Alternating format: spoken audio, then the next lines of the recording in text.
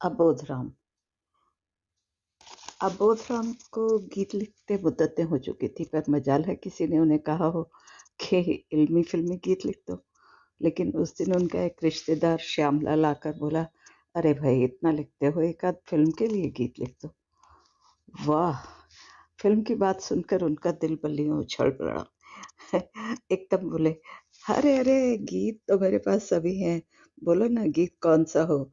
प्रेम का गीत, डांट का गीत, हवा का गीत, दवा का गीत, फूल का गीत, कांटे का गीत, थप्पड़ का चांटे का गीत, दवा का दुआ का, मौसी का बुआ का, प्रेमिका का पत्नी का, सास की चड्डी का।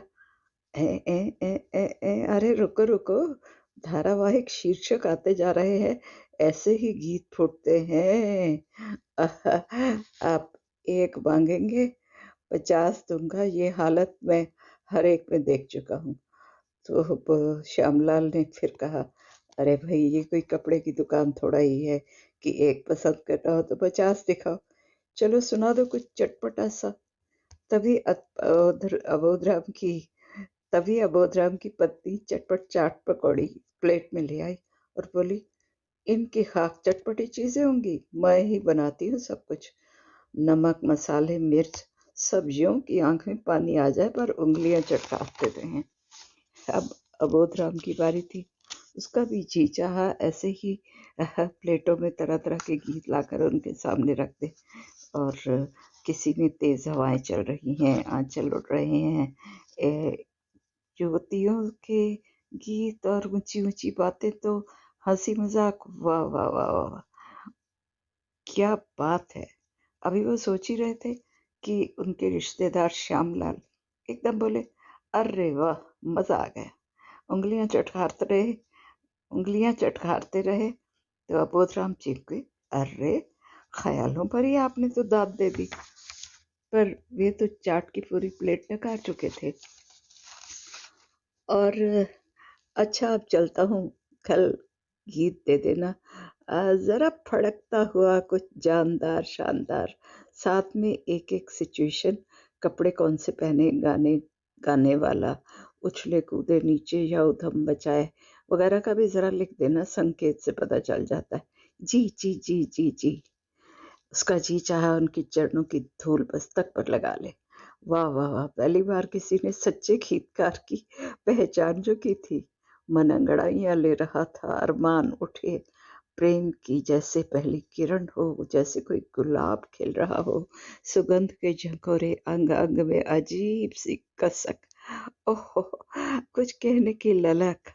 हाँ हाँ, गीत गीत के जन्म की यही तो स्थिति होती है। और कमर कसकर लेखनी को चूम चूम कर और ऐसे थामूंगा जैसे तलवार थाम ली हो। उसके हाथ अब ताल देने लगे थे, मुंह से गुनगुन करते हुए चहलकदमी करने लगे। मुंह से निकला, गुइया ओ गुइया, उइया ओ उइया, सुइया या या या। हैं? इन सबको लपेट लिया जाए, शब्दों की कलइयां मरोड़ूं, अर्थों को, शब्दों को ना छोड़ूं, जो मर्जी जोड़ूं तोड़ूं। और वो और तेज बोलता गया। प्रभाव में यूं आया कि सामने पड़ी मेज पर ही ताक देना दिन बजाकर जोर से गाने लगा। मेज पर पड़े कांच के गिलास उछलने लगे। इससे पहले कि अबोधराम का गीत कोई पकड़ लेता, उसकी पत्नी ने उनका हाथ रोककर मेज से कांच का सारा सामान उठा लिया। ये क्या कर रही हो? गीत के साथ हर वस्तु में लय ताल होना जरूरी है।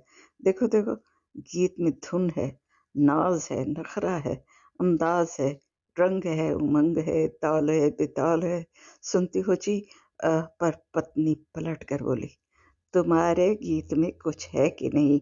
मेज पर कांच का गिलास है, दूसरी मेज पर भी टूटने वाले ही सेट के कप प्लेट है, शोकेस में कटलेट कटलेट वाला रखने वाला तुम्हारा कट ग्लास, और जिसमें तुम चाय कॉफी पीते हो वो कप, और कटलेट रखने वाली वो प्लेटें, और बड़ी मुश्किल से जटाए है जी मैंने ये बर्तन।